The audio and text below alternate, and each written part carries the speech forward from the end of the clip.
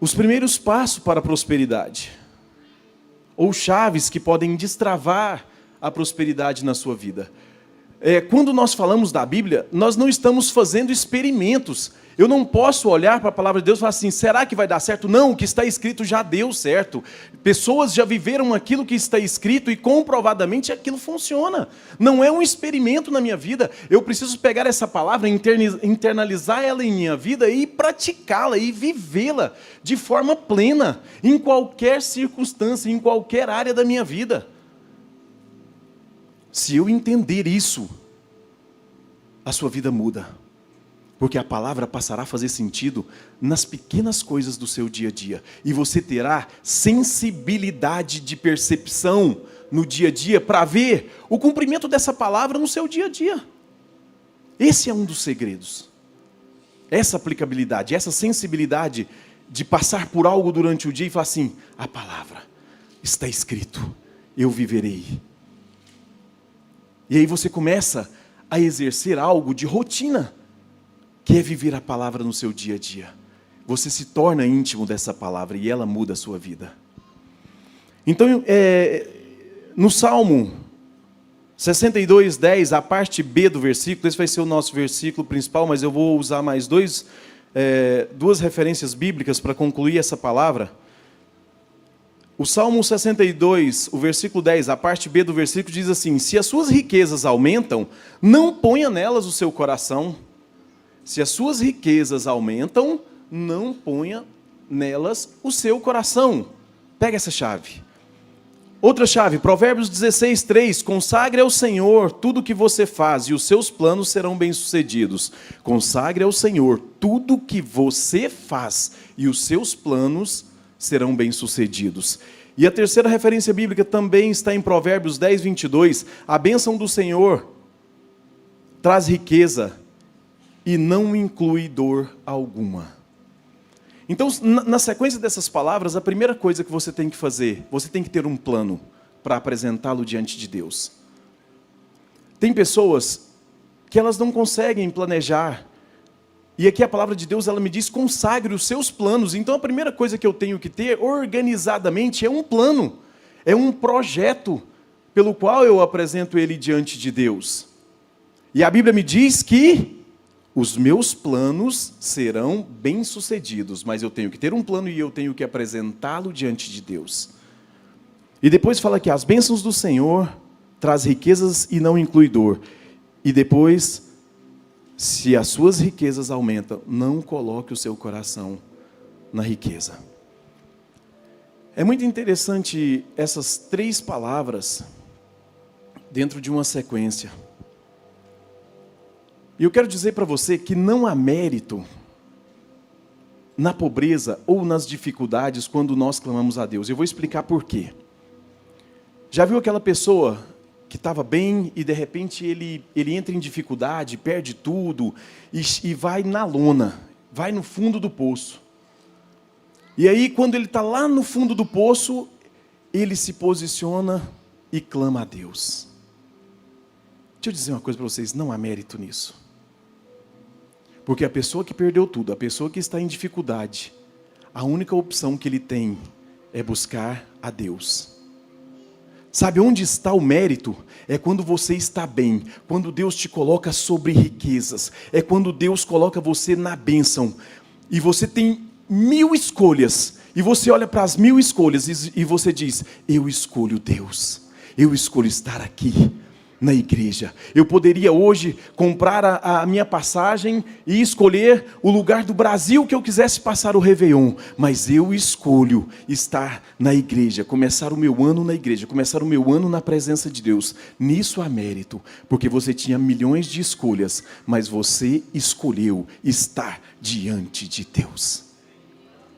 Nisso há mérito. Aí Deus olha e fala assim, mesmo tendo todas as escolhas, Ele me escolheu.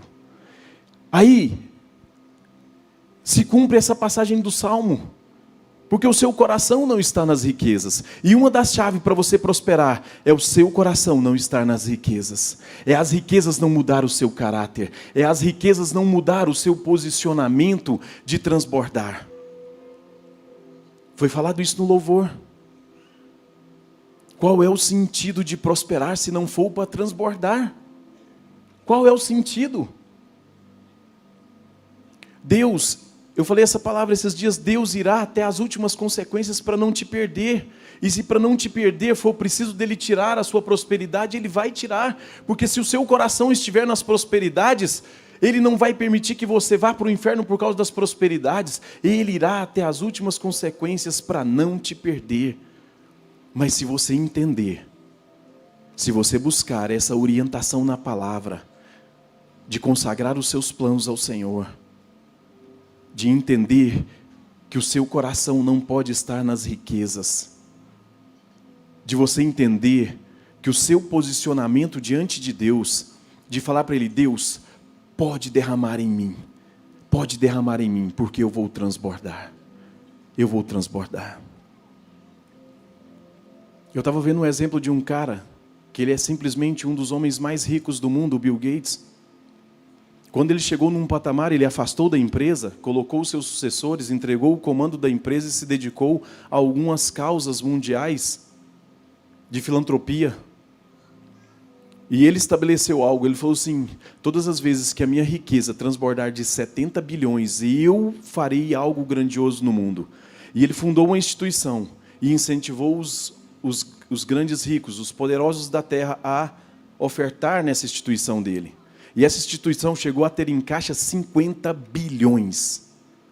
E esses caras, eles começaram a erradicar doenças em alguns países pobres. Eles começaram a fundar escolas em alguns países pobres.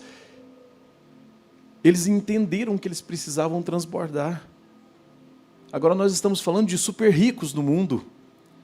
Então, se a empresa dele bate lá no ano 78, 80 bilhões, ele reduz, ele tira os 10 bilhões, os 8 bilhões que a empresa dele transborda, volta para os 70 bilhões, que é o patamar que ele estabeleceu, e ele investe em alguma causa humanitária no mundo. E eu não estou falando de pessoas que são exemplos espirituais para nós. Mas eu estou falando de pessoas que entenderam que eles têm que transbordar na vida das pessoas. E nós não entendemos isso. Por quê? Porque nós não aplicamos essas orientações no nosso dia a dia e mudamos, destravamos essas chaves para a prosperidade na nossa vida. Ah, mas eu esperava que ouvia algo mais complexo. Não, esquece. Não vai ter misticismo para destravar as coisas. A Bíblia é muito simples. E nós queremos complicar. Não, mas eu não preciso. É mais ou menos como Naamã, que vai lá no profeta, e o profeta simplesmente fala assim, vai lá, mergulha 7 vezes lá e será curado. Mas eu esperava algo mais complexo. Simplicidade. Deus está nos dando orientações simples. Olha para dentro de si.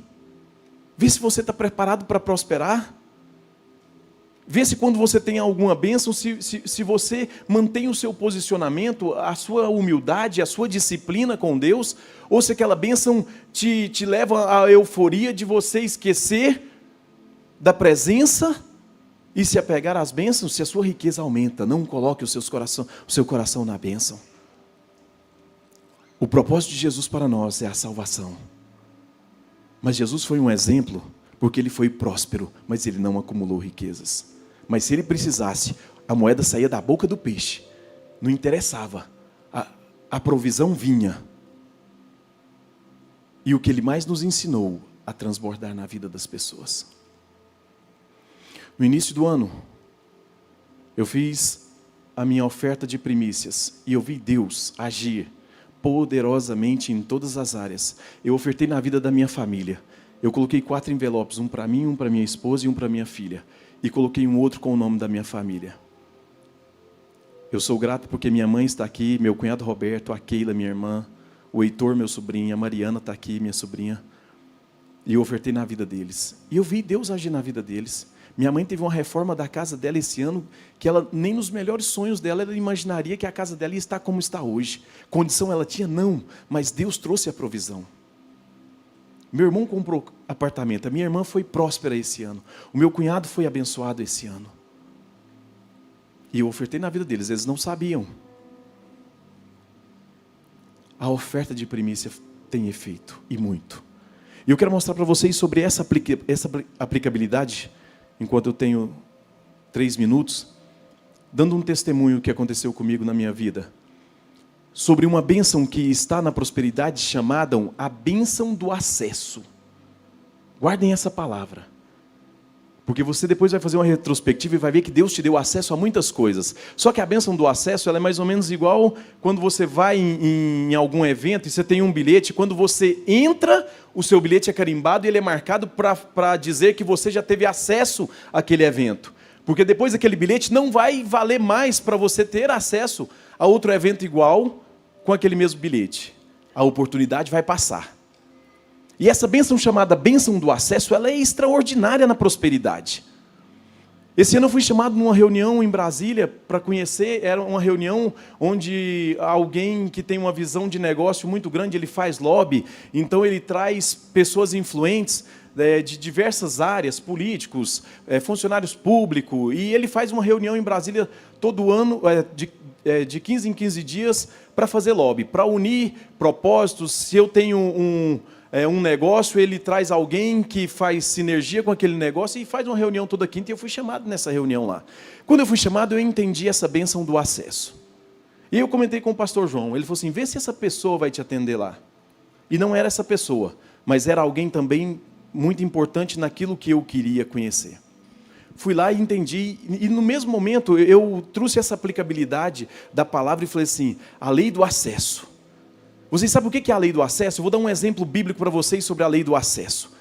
José, ele é uma prática da lei do acesso. José, ele estava na condição de preso. E Deus deu acesso à sala do faraó para José. E José entendeu aquela oportunidade. Ele não só interpretou o sonho, como ele trouxe a solução para o problema. Isso chama-se lei do acesso. Deus já te levou a lugares, te deu acesso, e você não soube aproveitar a oportunidade. E Deus não olha o nosso estado para nos dar essa lei do acesso. Essa lei do acesso, ela, na maioria das vezes, ela está disponível para todos. Deus não olha o nosso passado para nos dar a lei do acesso. Ele não olha o nosso estado atual, porque José era preso. Deus não olhou o estado atual de José para dar essa bênção da lei do acesso para ele. Ele deu a lei do acesso para José mesmo estando preso. Então ele não olha a situação atual, ele não olha o passado, ele não olha o presente, mas ele libera a lei do acesso para nós. Agora, eu tenho que ter o preparo, a capacidade de entender a oportunidade de viver essa lei. E quando eu fui para Brasília, resumindo rápido, eu entendi e falei assim, a bênção do acesso está sobre a minha vida. E eu fui nessa reunião, agarrei essa lei do acesso, pedi autorização para usar o nome dessa pessoa em uma outra reunião que eu teria, que eu não sabia como que seria. E aí, quando eu cheguei em Goiânia para reunir com essas pessoas que eu iria tentar pegar uma consultoria lá, o cara chegou em mim e falou assim, olha, já vou te preparar, não vai ser fácil. Já foi muita gente ruim lá, tomaram o dinheiro desses caras, eles são multimilionários, então os caras estão feridos, estão fechados, não queria nem te ouvir, mas marcaram a reunião. Eu falei assim, a lei do acesso. A lei do acesso.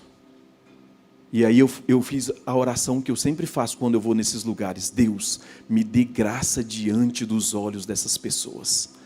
Me dê graça diante dos olhos dessas pessoas. E me preparei. Estudei o assunto, busquei conhecimento, liguei para alguns profissionais, me deram informação e eu trabalhei essa informação e fui para essa reunião. Quando eu cheguei lá, um ambiente extremamente ruim, as pessoas com os braços cruzados, fechados, meio que assim, o que vocês estão fazendo aqui? Resumindo, Deus me deu graça, eu entrei, fui quebrando, fui levando conhecimento e quebrei aquela reunião, ganhei a confiança daquelas pessoas e no final ele falou assim, nós gostamos muito dessa conversa, pode trazer a proposta da consultoria. E resolvi um problema daquela pessoa que me levou lá, porque ele estava em descrédito, porque ele tinha levado pessoas lá que tinham tirado o dinheiro daquelas outras pessoas, daqueles ricos. Então ele também estava queimado e ele tinha um pequeno percentual. E eu acabei resolvendo essa questão da credibilidade dele nesse negócio. E na volta, ele falou assim para mim, Cid, domingo eu estava orando, até pensei, nem sabia que esse cara orava, porque eu só vejo eles falar de cachaça. Aí ele falou assim, não, nós somos da presbiteriana. Eu falei, amém. Ele falou assim, eu estava orando, eu fui buscar uma palavra de Deus, e Deus falou para mim que eu preciso te vender uma casa. Aí eu falei assim, me vendeu uma casa? Que casa é essa? Ainda brinquei com ele, se for dentro das minhas condições é de Deus, se não for, isso aí é coisa engodo do Satanás, sai para lá. Ele falou, não, eu estou vendo você falando que estava fazendo uma vistoria numa caminhonete, você é apegado a carro? Eu falei, zero, nada. Ele falou assim, eu vou te vender essa casa. Eu falei, onde que é essa casa? Ele falou assim, lá no Alphaville. Eu falei, esquece, eu não tenho dinheiro para isso, não estava no meu planejamento desse ano. E aí Deus me deu uma lição sobre isso. Ele falou assim, eu vou te vender essa casa é sua. Se você quiser essa casa, nós vamos no cartório, amanhã você vai me passar seus carros e as prestações que eu paguei, o que eu dei a mais de entrada vai ser o juro da casa e essa casa vai ser sua. E eu, mas como assim? Não, é uma casa no Alphaville, é uma casa com 4 suítes. Eu falei assim, está fora do que eu tinha pensado para esse ano. Resumindo, isso foi na semana depois do Natal, antes do Natal. Na terça-feira, depois do Natal, na quarta-feira, eu fui para o cartório, sei que entreguei os carros e essa casa está no nosso nome. De coisas sobrenaturais que eu não esperava. E aí o Espírito Santo trouxe na hora na minha vida a lei da bênção do acesso. Eu te dei acesso. Eu te dei acesso. E aí eu falei assim, nem nos meus melhores sonhos eu esperava que esse ano eu terminaria com uma casa no Alphaville. Mas eu entendi, antes disso, eu já testemunhei sobre isso aqui, que quando há uma necessidade na casa de Deus, quando há uma demanda na casa de Deus, há uma oportunidade de sermos abençoados. Quando Deus levanta uma necessidade na casa dele, é uma oportunidade de sermos abençoados. E quando o pastor colocou diante de nós a demanda de comprarmos esse templo, eu me propus a dar uma oferta que estava fora da minha alçada.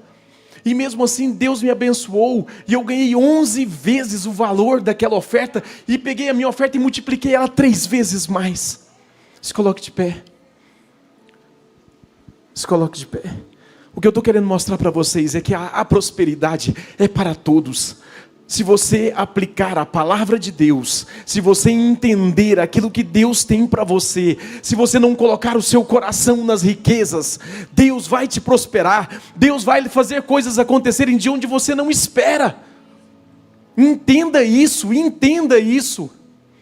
Não deixe que as bênçãos mudem o seu caráter, a sua postura, o seu posicionamento. Mas transborde na vida das pessoas, transborde na casa do Senhor, ofereça aquilo que te custe algo na casa do Senhor, porque Deus vai te honrar, Deus vai te levar ao vale de bênçãos, e lá você encontrará os tesouros escondidos, e grandes e poderosas provisões.